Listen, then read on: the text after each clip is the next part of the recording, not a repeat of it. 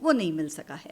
دوسرا، مولانا فضل الرحمان کے بقول اسٹیبلشمنٹ ان پر دہشت گردوں سے لڑائی کے لیے مسلح لشکر بنانے کے لیے دباؤ ڈال رہی ہے۔ اب جہاں تک یہ دھاندلی کی بات ہے تو میرا خیال ہے کہ مولانا کو دھاندلی کے باوجود اپنے حصے سے کچھ زیادہ مل گیا ہے۔ مولانا کی جماعت نے قومی اسمبلی اور خیبر پختونخوا اسمبلی میں ان مخصوص نشستوں پر بھی اپنا ہاتھ صاف کر لیا جو کہ سپریم کورٹ کے پہلے فیصلے کے نتیجے میں پاکستان تحریک انصاف کو دی گئی تھی۔ البتہ وہ علی امین گنڈا پور کے مقابلے میں الیکشن ہار گئے اور خیبر پختونخوا اسمبلی میں بھی ان کو یہ گنتی کی چند نشستیں ہی مل پائی ہیں، لیکن اس کے بعد مولانا فضل الرحمان وہ خاموش رہے۔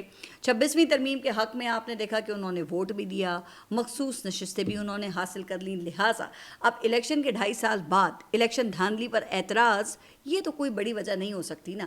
اچھا، اب جہاں تک یہ دہشت گردوں کے خلاف مسلح لشکر بنانے والی بات ہے تو اس پر ابھی تک DGISPR یا فوج کی طرف سے موقف سامنے نہیں آیا ہے، اس لیے کوئی حتمی بات کرنا وہ ذرا مشکل ہے۔ لیکن یہ بات ضرور ہے کہ ماضی میں دہشت گردوں سے مقابلے کے لیے مسلح قبائلی لشکر تشکیل دیے جاتے رہے ہیں، لیکن پھر ان میں سے کچھ لشکر وہ خود دہشت گرد بن گئے اور ریاست کے خلاف ہو گئے۔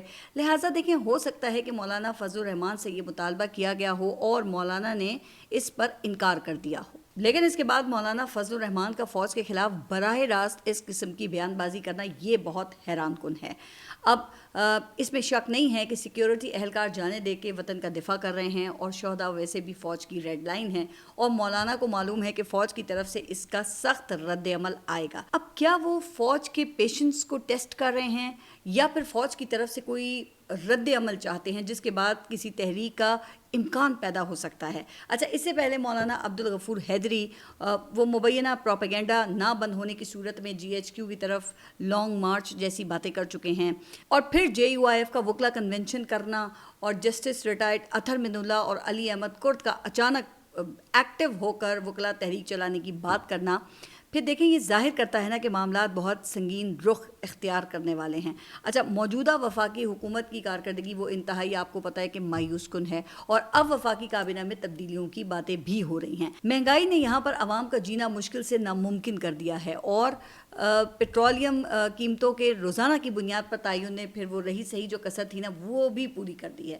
پہلے پیٹرولیم کمپنیوں اور جو پمپ مالکان ہیں انہوں نے ہڑتال کر دی تھی اور اب گڈس ٹرانسپورٹرز بھی وہ ہڑتال کی دھمکیاں دے رہے ہیں اور کہا یہ جا رہا ہے کہ اسٹیبلشمنٹ مسلم لیگ نون کی معاشی کارکردگی سے سخت ناخوش ہے۔ پھر آزاد کشمیر کی صورتحال پر پاکستان پیپلز پارٹی سے بھی ناراضگی پائی جاتی ہے اور پاکستان تحریک انصاف تو ویسے ہی کئی سالوں سے آپ دیکھ رہے ہیں کہ وہ عطاب کا شکار ہے۔ عمران خان 3 سال سے جیل کاٹ رہے ہیں اور JUIF بھی ریڈار پر آ گئی ہے۔ اب ان حالات میں کیا یہ حکومت چل سکے گی؟ اور اس مرتبہ حکومت اوپر نیچے ہوتی ہے تو اسٹیبلشمنٹ کے پاس پھر متبادل کیا ہے؟ اب ان حالات میں میرے خیال سے پھر مارشل لاء ہی واحد آپشن بچ جاتا ہے، کیونکہ اس وقت پورے ملک میں اس نظام کے خلاف ایک ماحول بن رہا ہے۔ اب دیکھیں نا کہ ماضی کے تمام مارشل لاز بھی انہی قسم کے حالات میں لگے نا، جب حکومت ناکام ہو گئی اور پورے ملک میں نظام کے خلاف ایک محاذ بن گیا۔ اچھا، اس مرتبہ بلوچستان، خیبر پختونخوا اور آزاد کشمیر تک بدترین شورش موجود ہے اور اگر معاشی حوالے سے کوئی بریک تھرو نہ ہوا تو یہ جو سپٹمبر کا مہینہ ہے نا پھر یہ بہت اہم ہو جائے گا۔ تو اب دیکھتے یہ ہیں کہ مولانا اور اسٹیبلشمنٹ کا اونٹ وہ کس کروٹ بیٹھتا ہے۔ کیا شہداء کے حوالے سے مولانا اپنی بیان بازی جاری رکھتے ہیں یا پھر اس سے یو ٹرن لے کے درمیان کا وہ راستہ نکالتے ہیں، اور کیا اس مرتبہ مولانا سنجیدہ ہیں یا یہ آگے چل کے نورا کشتی ہی ثابت ہوگی؟ ویسے ایک نورا کشتی تو اس وقت بھی آپ دیکھ رہے ہیں کہ PMLN اور پاکستان پیپلز پارٹی کے درمیان چل رہی ہے اور پاکستان پیپلز پارٹی کو آزاد کشمیر پر رانا ثناء اللہ اور خواجہ آصف کے بیانات پر اعتراض ہے اور مسلم لیگ نون کو بلاول بھٹو کے جو حالیہ بیانات ہیں نا ان کے اوپر اعتراض ہے۔ اب پاکستان پیپلز پارٹی کا کہنا یہ ہے کہ نون لیگ کے وفاقی وزراء کے غیر ذمہ دارانہ بیانات کے باعث کشمیر میں منفی فضا پیدا ہو رہی ہے، جبکہ غیر سنجیدہ سیاست کرتے ہوئے کشمیری عوام کی توہین کی گئی ہے، جبکہ رانا ثناء اللہ کا موقف یہ ہے کہ بلاول کا رویہ اچھا نہیں تھا، ان کو ووٹ کے لیے نفرت کی نہیں بلکہ قومی لیڈر بن کر بات کرنی چاہیے۔ لیکن آپ کو تو معلوم ہی ہے کہ دونوں سیاسی جماعتوں نے اس نظام کا حصہ بھی رہنا ہے اور نظام کی بہتی گنگا میں اپنے ہاتھ بھی دھوتے رہنا ہے، ایک دوسرے پر حالات خراب کرنے کے الزامات بھی لگانے ہیں اور نظام کا دفاع بھی کرنا ہے. ویسے کیا نورا کشتی کی اس سے بڑی کوئی اور مثال مل سکتی ہے ہمیں؟ اچھا اب ذرا آگے بڑھتے ہیں. اور میں نے ابھی کچھ دن پہلے اپنے ایک ولاگ میں پاکستان تحریک انصاف کی طرف سے قائمہ کمیٹیوں میں واپسی کا عندیہ دینے کی بات کی تھی، اور ابھی تک پاکستان تحریک انصاف کی طرف سے اس کی واضح تردید نہیں آئی ہے. لیکن ایک اور چونکا دینے والی خبر سامنے آئی ہے. جنگ اور ڈی نیوز کی خبر کے مطابق عمران خان نے اپنی پارٹی کو ہدایت کر دی ہے کہ وہ خیبر پختونخوا کی صوبائی اسمبلی کے سوا تمام اسمبلیوں سے فوری طور پہ مستعفی ہو جائیں. خبر کے مطابق پاکستان تحریک انصاف کی موجودہ قیادت کے اعلیٰ ترین ذرائع نے جنگ ڈی نیوز کو ہفتے کے روز خود نام نہ ظاہر کرنے کی شرط پر یہ بتایا کہ عمران خان نے اپنی پارٹی کی حکومت کی کارکردگی پر عدم اطمینان ظاہر کیا ہے، لیکن انہیں اور ان کے اراکین صوبائی اسمبلی کو استعفیٰ دینے سے استثناء دے دیا ہے. عمران خان کا کہنا ہے کہ اسمبلیوں میں بیٹھے تحریک انصاف کے اراکین اپنے اہداف حاصل کرنے میں ناکام ثابت ہوئے ہیں. وہاں انہوں نے اپنے طرز عمل سے موجودہ حکمرانوں کو مستحکم کیا ہے. یہ لوگ مجھے کوئی ریلیف دلانے میں ناکام ثابت ہوئے ہیں. اچھا لیکن پھر خبر کے آخر میں یہ بھی کہہ دیا گیا ہے کہ پارٹی کے ایک اور قریبی اور با اثر ذرائع نے اس بات کی تردید کی ہے اور یہ کہا ہے کہ عمران خان نے مستعفی ہونے کی کوئی ہدایات جاری نہیں کی.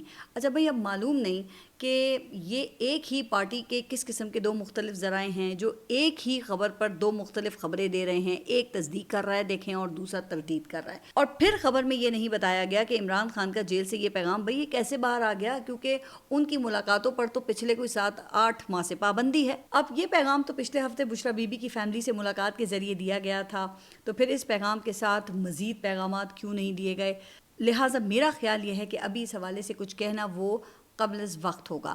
عمران خان ماضی میں کئی مرتبہ اسمبلیوں سے آپ کو پتہ ہے کہ استعفیٰ دے کر دیکھ چکے ہیں اور اس کا انہیں کبھی بھی کوئی فائدہ نہیں ہوا بلکہ نقصان ہی ہوا ہے. اگرچہ اس مرتبہ خیبر پختونخوا اسمبلی سے مستعفی نہ ہونے کی بات کی گئی ہے، لیکن قومی اسمبلی اور پنجاب اسمبلی میں استعفے دینے سے بھی پارٹی کو نقصان ہی ہوگا. تو یہ بات تو دیکھیں طے ہے کہ مستقبل قریب میں عمران خان کو کوئی ریلیف ملنے کا امکان نہیں ہے، ابھی تک تو نظر نہیں آ رہا. تو وہ ان حالات میں ایسا فیصلہ کیوں کرنا چاہیں گے؟ لیکن اس وقت عمران خان کی جو بہن ہیں نورین نیازی، ان کے ایک بیان کا سوشل میڈیا پر بہت ہی چرچا ہے. ان کے اس بیان کو لے کے حکومت کی طرف سے بہت تنقید کی جا رہی ہے اور اسے پاکستان مخالف بیان کہا جا رہا ہے. جبکہ جو وفاقی وزیر اطلاعات ہیں عطا اللہ تارڑ نے تو اس پہ اپنا پورا خطاب ہی کر ڈالا ہے اور طلال چودھری نے بھی اس بیان کی شدید مذمت کی ہے. اب نورین نیازی کے اس کلپ کو بھارتی میڈیا پر بھی چلایا گیا ہے، لیکن اس کلپ میں نورین نیازی کہتی ہیں کہ انہوں نے مارکہ حق میں مودی کے ساتھ مل کے ڈرامہ کیا تھا. اگر وہ چاہتا تو ان کو 2 منٹ میں فکس کر دیتا، وہ تو ٹرمپ نے رکوا دیا.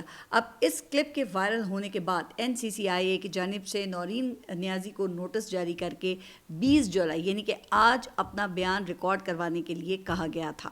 پھر نورین نیازی وہ خود پیش نہیں ہوئی ہیں آج اور اپنے وکلا کے ذریعے جواب داخل کروایا. ان کے وکلا کا کہنا تھا کہ نورین نیازی کو سوشل میڈیا کے ذریعے نوٹس کا پتہ چلا، اس لیے بتایا جائے کہ نوٹس کن دفعات کے تحت دیا گیا اور ایک پرانے وائرل کلپ پر ذاتی طور پہ حاضر ہونے کا کیوں کہا گیا.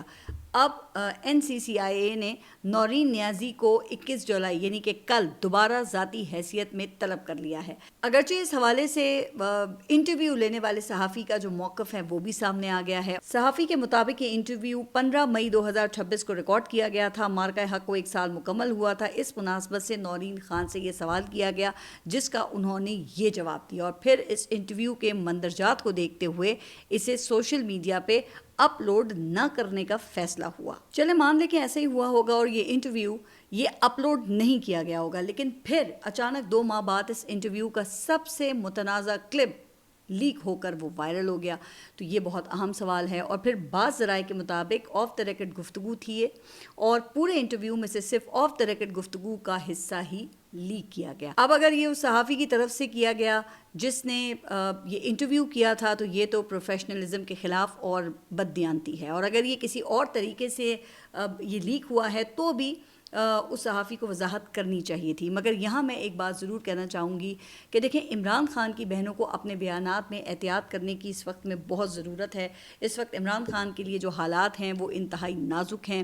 وہ جیل میں کس حالت میں ہیں کسی کو بھی اس کا علم نہیں ہے. تو ایسے وقت میں بہت ہی سمجھداری اور احتیاط کی ضرورت ہے، خاص طور پہ دفاعی معاملات میں بات کرتے ہوئے. تو دیکھیں ویسے بھی بہت احتیاط کرنی چاہیے اور اس میں کوئی شک نہیں ہے کہ آپریشن سندور میں مودی کو منہ کی کھانی پڑی ہے اور پوری دنیا نے پاکستان کی فتح کو تسلیم کیا ہے۔ مودی ابھی تک اپنے زخم چاٹ رہا ہے اور پاکستان کے اندر پراکسی وار کے ذریعے آپریشن سندور 2.0 اس نے شروع کر رکھا ہے، یعنی کہ مارکہ حق کے بعد مودی کو پاکستان پر براہ راست حملہ کرنے کی جرت نہیں ہوئی، اسی لیے وہ پراکسیز کا استعمال کر رہا ہے۔ اچھا، لیکن ایک اور خبر ہے جس پر زیادہ بات نہیں ہوئی ہے، اور وہ خبر سینئر اور بزرگ سیاستدان مخدوم جاوید ہاشمی سے متعلق ہے۔ اب یہ ہفتے کے روز مخدوم جاوید ہاشمی نے دعویٰ کیا ہے کہ رات کی تاریکی میں پولیس کی جانب سے ان کے گھر پر دھاوا بولا گیا اور جاوید ہاشمی سمیت ان کے اہل خانہ کو کمرے میں بند کر دیا گیا۔ جاوید ہاشمی صاحب کے مطابق ان کو 12 گھنٹے تک محصور رکھا گیا اور اس ریڈ کی کوئی وجہ بھی نہیں بتائی گئی ہے۔ اب یہ بات تو آپ کو معلوم ہی ہے کہ جاوید ہاشمی موجودہ نظام اور اسٹیبلشمنٹ کی قیادت کے شدید ناقد ہیں، اور وہ باقاعدہ نام لے کر تنقید کرتے ہیں اور ٹویٹ بھی کرتے رہتے ہیں، اس لیے بظاہر تو یہ وجہ ہو سکتی ہے، لیکن خیر جاوید ہاشمی کے خیالات سے اختلاف بھی کیا جا سکتا ہے، اور میں یہاں پہ جاوید ہاشمی صاحب کے جو خیالات ہیں ان کو ڈسکس نہیں کر رہی۔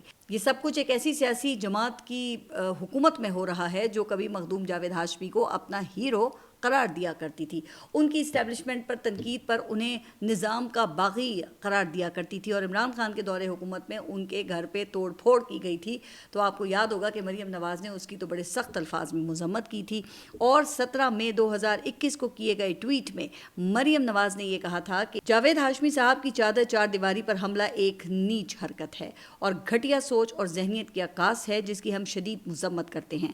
جو چاہے کر لو، وقت بدل رہا ہے، اس وقت سے ڈرو جب اپنے بچاؤ کے لیے تمہارے پاس حکومت اور حکومتی طاقت نہیں رہے گی، انشاءاللہ فتح حق اور سچ کی ہوگی۔ اب میں تو اس پر مریم نواز سے صرف اتنا ہی کہنا چاہوں گی کہ جناب آپ لوگ کس طرح یہ سب کر لیتے ہیں؟ اتنی منافقت کے بڑے بڑے منافق بھی شرما جائیں۔ ایک 80 سالہ بزرگ جس نے آپ کے والد اور چاچا کے ساتھ بہترین وقت گزارا، جنرل پرویز مشرف کے دور میں 5 سال جیل کاٹی، پھر 2014 کے دھرنے میں عمران خان کا باغی ہو کر پی ایم ایل این کا ساتھ دیا، اور جب اس وقت ان کے ساتھ زیادتی ہوئی تو آپ نے اسے نیچ حرکت، گھٹیا سوچ اور ذہنیت کی عکاس قرار دیا، مگر اب اسی سیاستدان کے ساتھ آپ کے راج میں زیادتی ہو رہی ہے تو آپ کی زبان پہ تالا لگ گیا ہے۔ ارے جناب کچھ تو بولیے نا، یا کیا وہ سب محض دکھاوا تھا یا ایک طرح کی نورہ کشتی تھی جس کا مقصد عوام کو بے وقوف بنا کر ایک بیانیہ بنانا تھا؟ اچھا، اس وقت اسٹیبلشمنٹ کی توپوں کا رخ آپ کی طرف تھا، آپ کا مقصد تو کبھی بھی سیاست اور ملکی معاملات میں اسٹیبلشمنٹ کا کردار ختم کرنا نہیں رہا، آپ کا مقصد تو صرف اسٹیبلشمنٹ کا اعتماد حاصل کر کے خود اقتدار میں آنا تھا، جو آپ کو مل گیا ہے۔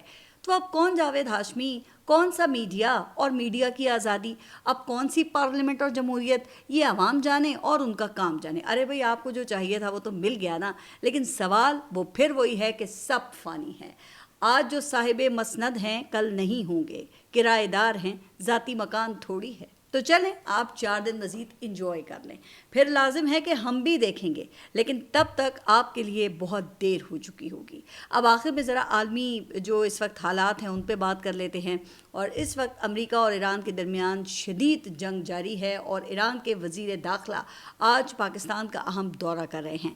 اب ایک خبر یہ بھی ہے کہ میڈیٹرز کی طرف سے امریکہ اور ایران کو 10 روزہ جنگ بندی کی تجویز دی گئی ہے، جس پر اب دیکھتے ہیں کہ امریکہ اور ایران پھر اس پہ کیا جواب دیتے ہیں۔ ابھی تک تو دیکھیں نا کہ ایک دوسرے کی صرف فوجی تنصیبات پر حملے کیے جا رہے تھے، لیکن اب امریکہ نے براہ راست ایران کے سول انفراسٹرکچر کو نشانہ بنانا شروع کر دیا ہے۔